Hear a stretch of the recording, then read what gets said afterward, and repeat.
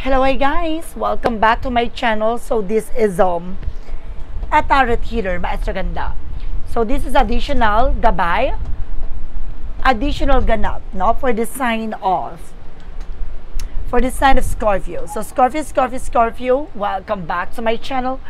Ano kayang messages, advices, and spirit guides ang ating masasaga for today's video? Kanino kayang energy ang ating nasagot? So guys, this reading is a general reading lamang.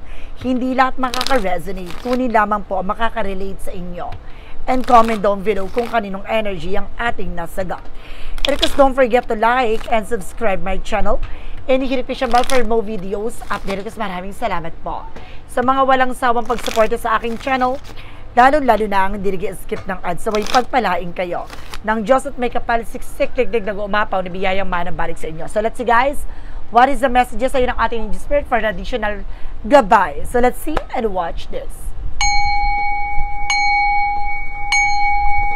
For the sign of Scorpio. So let's see and watch this. Angel spirit, please give information po. So there's a Knight of Wands. Now there's something guys with a slowly but surely. No? Slow and steady. Matuto kang kumalma. No? Huwag kang magmadali. Huwag masyado magmadali sa kung ano man yung gusto mong gawin. Continue what you're doing.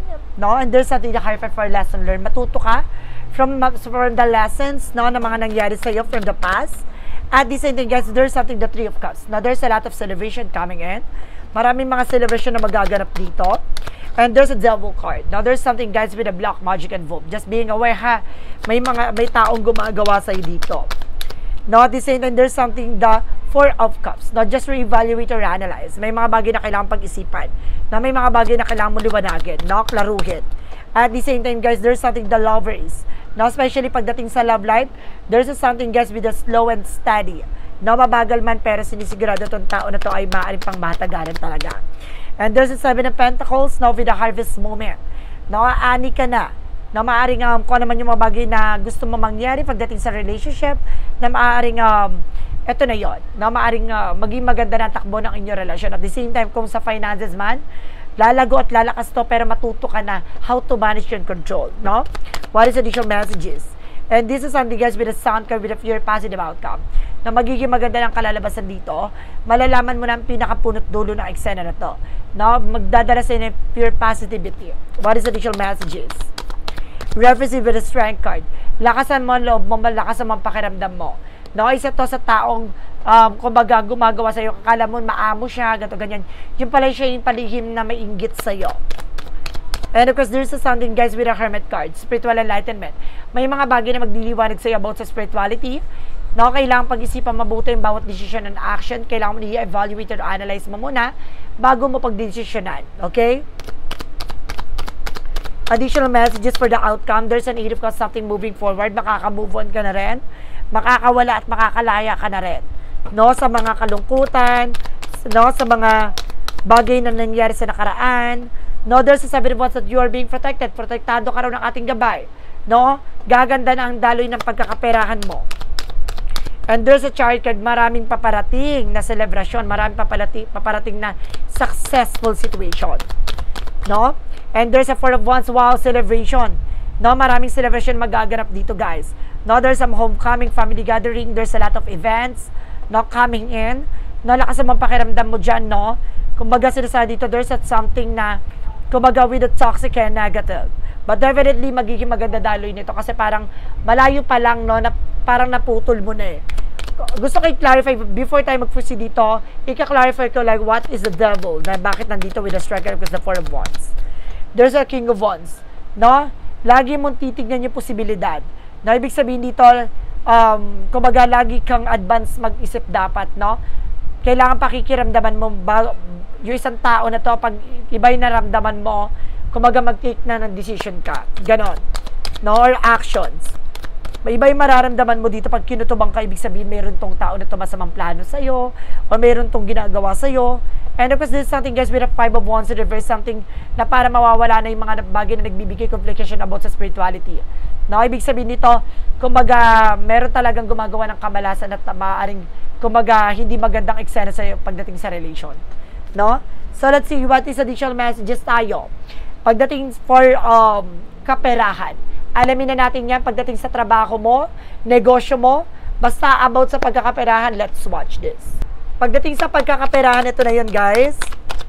So, there's a page of Pentacles, invest wisely, no?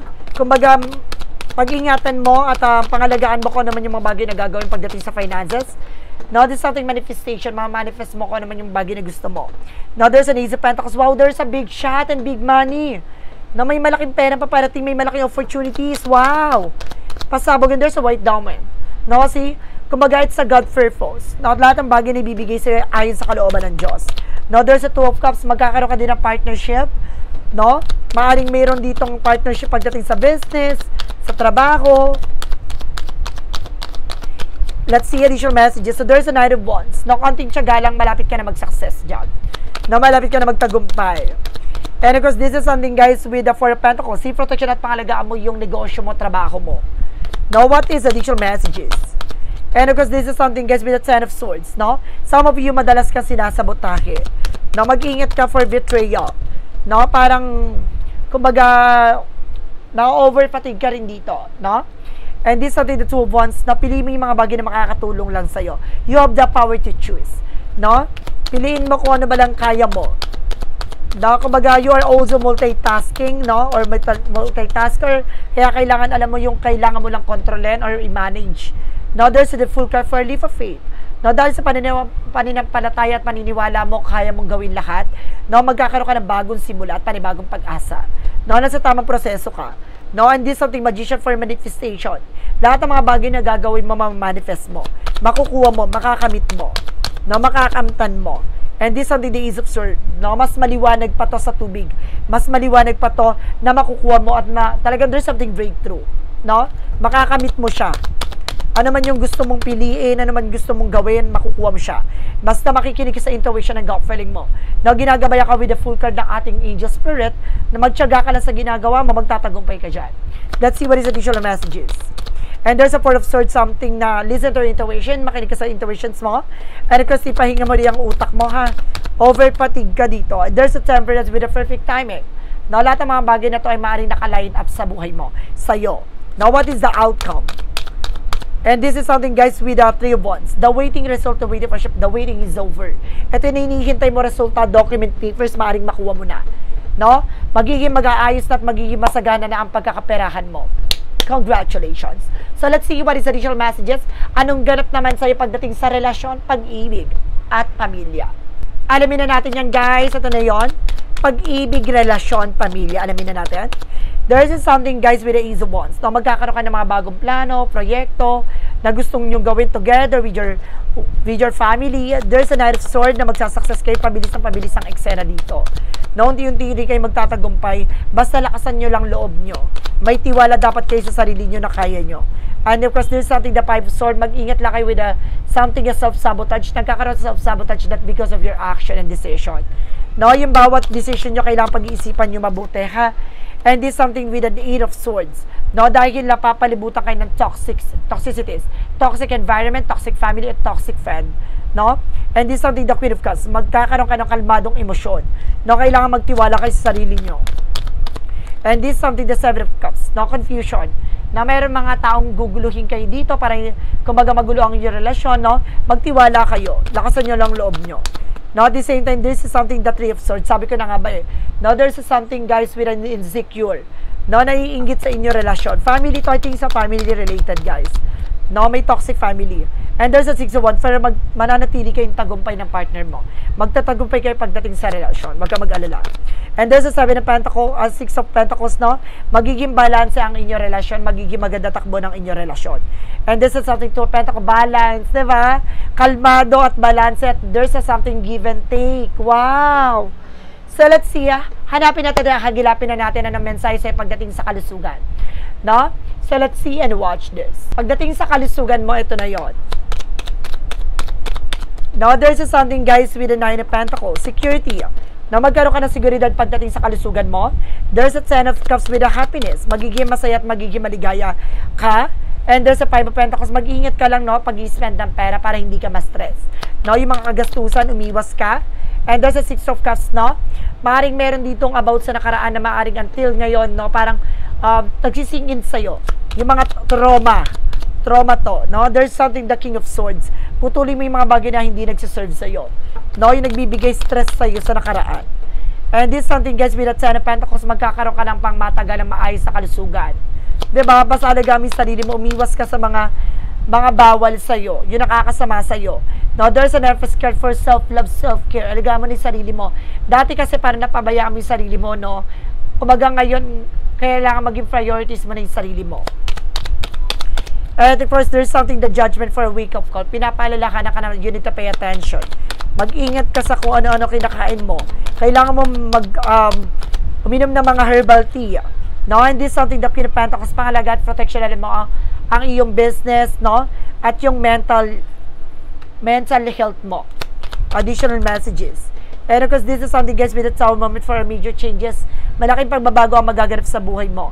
Kaya kailangan pag-ingatan mo tong kalusugan mo dahil aanin mo ang marami kang pera kung may sakit ka naman. So, kailangan maging aware ka. No? Pinapaalalahanan ka na alisin mo yung mga bagay na alam mong hindi mo naman kayang kontrolin at i-manage. No? Mag-focus ka dun sa kaya mo lang. So, let's see what is additional messages tayo with an angel spirit messages and advices. So, let's watch this. So, let's see what is the romance and love oracle deck. No, alamin na natin ang pinakamensahe sa'yo pagdating sa love life. And of course, this is something, guys, with a doorway. An opportunity is about to present itself that lead you to a new person. No, may bagong pinto ang magbubukas sa bagong tao. No, ibig sabihin may taong darating sa buhay mo. No, kung minsan ka na nasaktan nitong tao na ito, magpapatunay na love can exist. Now, let's see what is the mystic for us for our oracle card. And this is something, guys, with instant manifestation and the spirit of life, no? And kasi sinasabi na instant manifestation, guys, soul and mind working together, create a dream in heart. You have nothing to lose. You can carry the dream. Your attention is pure. Be ready to receive. No, handa ka dapat na matanggap, no, ano man yung mga bagay na gusto mong makuha, no? Kung ano man yung mga bagay na pinapangarap mo, madali mo siyang makakamtan, madali mo siyang maisa sa katuparan. And there's a spirit of love, no? Remember, you are never alone. The spirit of life is with you. The world takes care of you. Allow yourself the rest in the realizations and feel the lightness in you. So, si bibigyan kaliwanagan sa buhay mo na ginagabayan ka ng ating angel spirit in all the way. No? Sa lahat ng gagawin mo, sa lahat ng iisipin mo, ginagabayan ka ng ating angel spirit. What is the angel's answer represent what? What is the angel's answer represent what? Reconsider. No, may mga bagay na kailangan mo i-considera. No? Ano man yung mga bagay na nangyari sa paligid mo, kailangan mo i-consider. Then, no, there's something, a big happy changes. No, na magiging masaya at magiging maganda ang pagbabago na magaganap sa buhay mo. What is the romance angels po with an angel spirit? And this is something forgiving and learning. Kailangan marunong ka magpatawad at marunong kang matuto, no? Sa lahat ng mga pagkakamali na nagawa mo o nangyari. And this is something na pay attention to the red flag. So, mag-ingat ka rin sa mga paalala at babala ng ating angel spirit, no? So, let's see what is the angels with the chakra messages.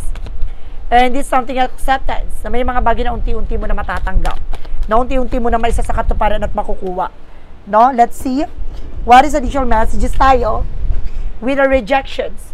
Naalisin mo yung mga nagsusulsul sa'yo, wag mo iniintindi. No? Matuto ka dati i-deadma yan.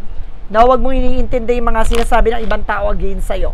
Basta tuloy mo lang yung pangarap mo, tuloy mo lang yung ginagawa mo. For Archangel Michael messages, and of course, represent with the shield yourself. Basta protection mo yung sarili mo dito. No? Ibig sabihin dito, guys, no? Walang ibang magiging power or walang ibang magkakaroon ka ng power dito kundi ang sarili mo. Ibig sabihin, nasa sayo ang kakayanan at kaalaman para ka maging matagumpay. No, ibig sabihin dito, protection at mahalaga mo yung sarili mo laban sa ibang tao. No, and of course, you created the situation and you have the power to change it. No, ikaw yung naglagay sa sitwasyon mo, ikaw din makakagawa ng isang bagay na ikakabago ng sitwasyon mo. No, ibig sabihin dito, you are also being creator of your own life. So, galingan mo. So, guys, this is additional gabay for the sign of Scorpio. Scorpio, maraming salamat for this wonderful reading. So, this reading is a general reading lamang, hindi lahat makaka-resonate. Kunin lamang po makaka-relate sa inyo and comment down below kung kaninong energy ang ating nasagap. And of course, don't forget to like and subscribe my channel and hit the notification bell for more videos update, guys. Then of course, guys, kung bago ka sa channel ko, please share this video and of course, comment down below. And of course, don't forget to like and subscribe my channel. Maraming salamat and see you in the next video. Bye-bye and babush.